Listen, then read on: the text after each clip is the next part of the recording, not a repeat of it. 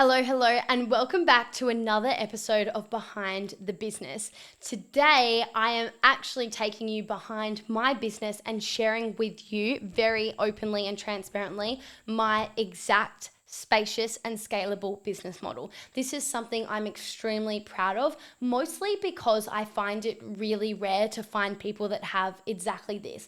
I know plenty multi-six, seven, and even 8-figure entrepreneurs, but it's kind of rare that I find people that have a lot of money, but they also have a high profit margin, a really great personal life. They have a lot of time in their calendar. They really love their business. They love their clients, and it feels sustainable for them long term. Like, it's really rare to find all of those things being in place. Now, I want to set some healthy expectations right now. I'm not saying you're going to feel 100% of the time in your business. I don't feel that way. I think that would be really unrealistic to actually share that, because business has seasons, and as you grow, you evolve and you outgrow certain things and you need to make certain changes, for example. But for the most part, for majority of my business, which has been over 6 years at the time of recording this, I have loved my business model and it has felt very sustainable. Like, I have never burnt out. I've never felt like quitting or pausing or slowing down or any of these things. And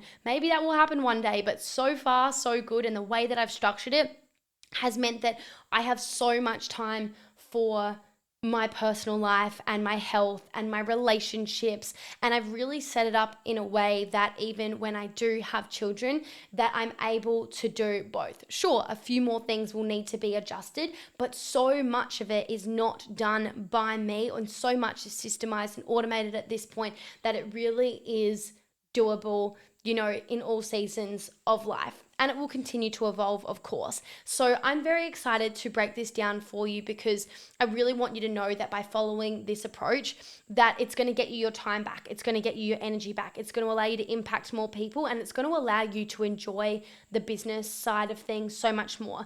I personally didn't love marketing or strategy or sales when I first started my business. In fact, I freaking hated it. I would cry over it. I hated it that much. But then when I learned and educated myself on different ways of growing, because there's not just one rigid way, that's where things really started to turn around. So when I first started my business, I was learning from a really masculine male, great guy, great success. But again, he had no personal life. And it was such a rigid process that it was really exhausting. And so even though that process worked, anything that you do long term and you commit to and you master will work, it did work, but did it feel really enjoyable? Like, yes, I'm so excited to cold message 50 people today or 100 people today, and I'm so excited to post in 15 different groups and talk to all these people in groups. Like, no, like, that's so not what I want to spend my time doing, like, at all. And so I went on this mission to invest in so many other coaches to find, well, what approach does feel good for me? I've learned from Instagram experts, marketing experts, Facebook experts, YouTube experts, podcast experts. I've invested in so many different people, and I've learned from really spiritual and feminine led business owners, and then really rigid and masculine coaches. And I have found that there is this sweet spot right in the middle, and that is what I teach. And even though it was annoying to invest so much money and time, figuring out what approach works for me, the gift in it is that I now know all of the ways you can possibly grow, because I've learned all of them. I've invested in experts for all of those areas, so that for my clients that do want to prioritize a certain area, I can actually help them with it, because I've learned it. And there's been a time where I have done it and did do well in it, right? And I don't like to assume that all of my clients are the same and that we all should just have the same approach. Like, I'm not a fan of that. I don't believe in that. And so I like to teach all of the ways and educate my clients on how to choose what is right for them. But today I'm sharing what is right for me. And a lot of my clients do model this because, they want to work with me to get the full process. Because I'm going to share with you an overview and a generously transparent overview. But the reality is, there is a lot behind the scenes that you could never see unless you were a client, where you got all of the email templates, the SMS templates, the DM templates, the psychology and the strategy and the understanding of the events I run, and, how I do that, and the different pitch options and all of the different processes. Like, there's so much that goes into each individual part. And I like to save my clients time by just giving them the script, the tool, the process, the template where need be, so that they're done. Like, I just signed a new client, last night, and, already she sent me so many things, and I'm like, wow, like, you need some serious help. Like, this is all such a mess. But how cool is it? I've just been like, here, copy and paste this, use this will fix this. I've been able to give her that because I've gone to the hours and hours and hours and hours and hours of effort and energy and time figuring it out, sorting it out, and creating it so she can stop wasting money and get results faster, right? Because that's what I'm here to do. That is the whole point. So just wanted to share that to begin with, so you have that context that I don't just teach one approach, and this is my approach, and it's built from the lens of simplicity, sustainability, and scalability, because they are my values and priorities when it comes to business, because I want to continue to grow it. I want to help more people. I want to make a bigger difference. And I love the game of business, and I feel so rewarded by it. Like, the more money I make, the better my life gets in so many ways. And it's a representation of how many people I'm helping, and, the opportunities that I will be able to provide for my future kids and for myself and for my family and all of these things. And being able to say yes to everything I want is so cool. Especially, I'm not a materialistic person at all, but to be able to say yes to opportunities and experiences and travel and adventures is the coolest thing. And my business provides all of that. And so for me, I want to continue to grow it so I can just continue to expand my generosity and all of the things with others.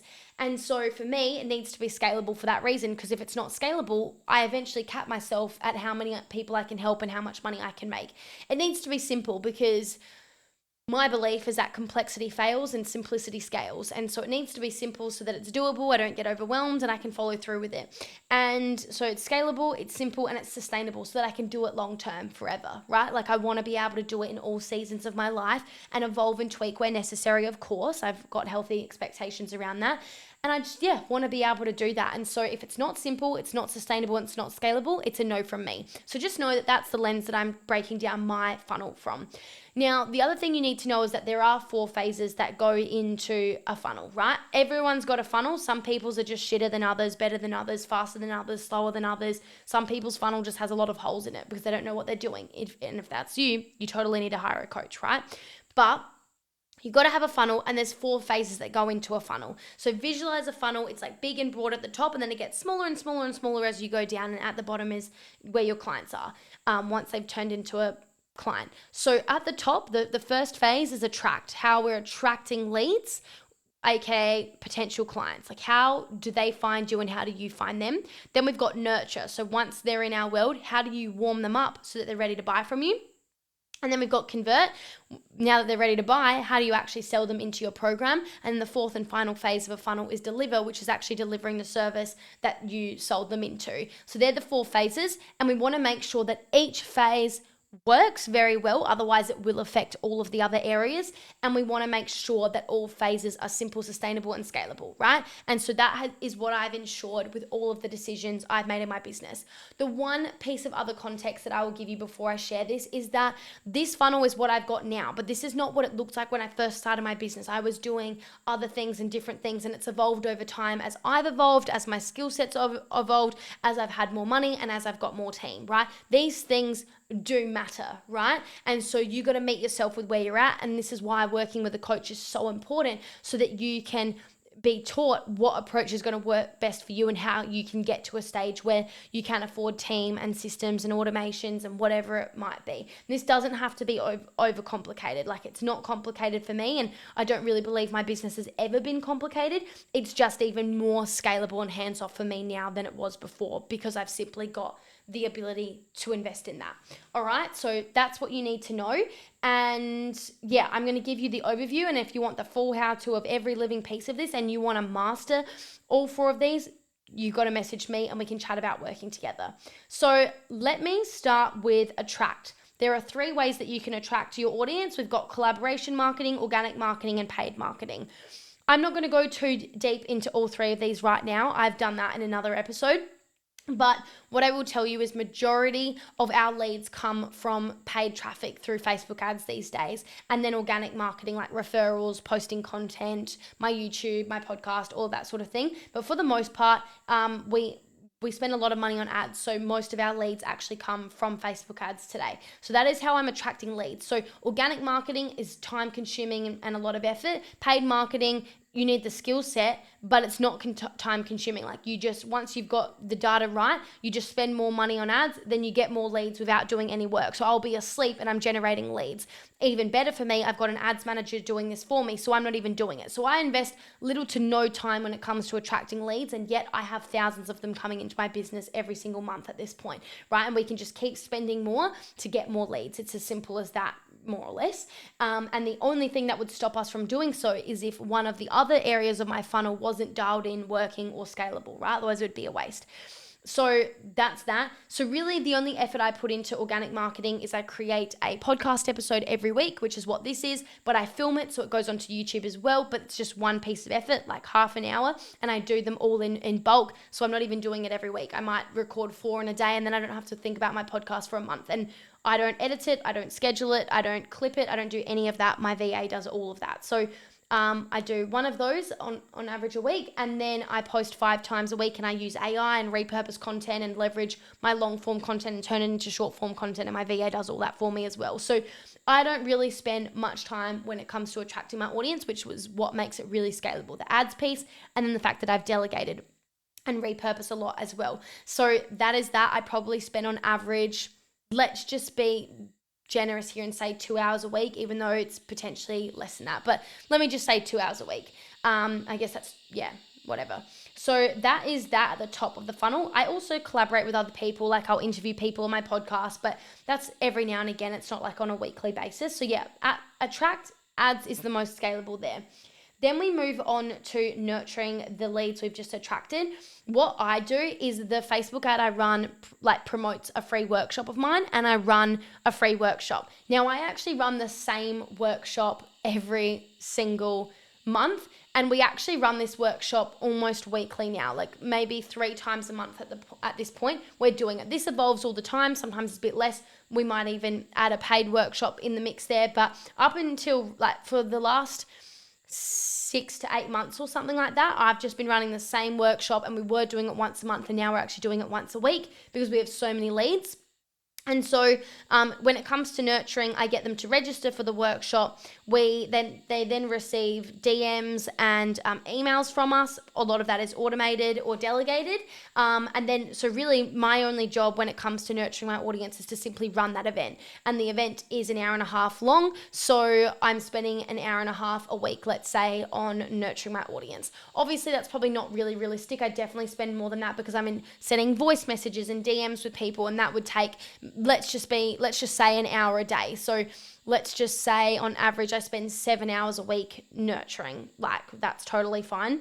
This would vary week to week, right? Sometimes more, sometimes less, but that's roughly what I spend my time doing. Very scalable. It's the same workshop, and I run it every week. Like, if you can't find an hour and a half in your week, like, you have a serious problem when it comes to growing your business. So for me, it's like, that's very scalable. So attract is scalable because it's ads and I've delegated that.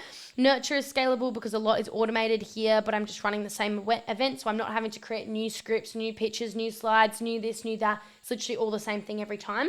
Then when it comes to convert, after the event, I invite people to book a call with us, and then people book a call. So at one point, this was not scalable because I was doing all of the calls. So eventually my calendar did fill with calls, which was a good problem to have, but I wanted my time back. So I've now hired a sales closer who does the calls with me, and she does more of them at this point. And if I need to hire another sales closer, I will. But we're also experimenting at the moment with actually closing without a sales call required, which has started to happen, which is really, really cool. So I have no doubt as we continue to refine and master that process, that will continue to happen, which will make the convert part more scalable. But at the moment, I would still say it's scalable for us because it's not just me doing it, and we're selling sometimes with an offer doc, right? If you would like to see that offer doc, just message me the word offer doc on Instagram and I'll send it to you. But let's just say someone books a call. They're then sent through a pre-call experience, which gets them to watch a 10-minute video so they can know and trust me more, get to know me. They get a whole bunch of emails and reminders ready before the call. They then have the call, and then ideally they convert into a client. And then the service that they're being delivered into is a group program. There is one-on-one elements, but I've delegated that to a support coach. So she'll do the one-on-one call when people join, and She supports them one-on-one throughout the whole time, and then they've got my support but in a group setting all throughout their time as well. I do have a tier 2 of Scale School which does have one-on-one add-on support, but I'm mindful of who I take on and how many I take on, and there's boundaries within what that one-on-one support looks like as well, but I am very generous there. So for that is Scalable, because I would simply close the doors to that tier 2 if I actually reached a capacity or no longer desired to do that. But right now I love it and I've got more than enough time to do it, right? So in the deliver section, very scalable because it is a group program and the one-on-one aspect is already delegated. So as you can see, with Attract, ads is very, very scalable. With Nurture, running the same event once a week or once a month is very scalable. When it comes to converting, selling in the DMs or someone else selling on the call for you, very scalable. And then with delivery, doing group coaching instead of one-on-one coaching is very, very scalable. So all 4 phases are dialed in and scalable. But you could just start doing this today, but the reality is if your landing page is shit, your ads won't work and it'll be an expensive cost per lead. The client that just started working with me yesterday, she had 100 people view her page and no one register. And I could see immediately why that was. And I gave her all this feedback and she's implementing that right away now that she's a client. And so it's like, it's not as simple of just run ads. It's like you have to run great ads and be running it to something great as well. So you got to get that right. Same with organic marketing. You could do it all day, every day. But if your marketing, your messaging is unclear, vague, blasé and shit, like no one's going to buy. So it's one thing to like do all of this and it's another thing to do it really well. So that's that. And then same with the event. Most people get their events wrong and wonder why no one books calls and no one shows up and no one stays the whole time. Like there's so many things strategically and psychologically that need to be in place there in order for that to happen. And I give my clients all of that step-by-step process. Same with sales calls. It's like some people don't really convert very well on sales calls because they don't have the sales skills, and you've got to have that in order to convert. And then same with delivery. If your offer sucks, it's not priced and packaged and positioned properly, like there's 5 components that go into making an offer go from good to great and a no-brainer. Like if that's not in place, then people aren't going to buy. So all 4 phases not only need to be done and simple and sustainable and scalable, but it also needs to be mastered and work really well.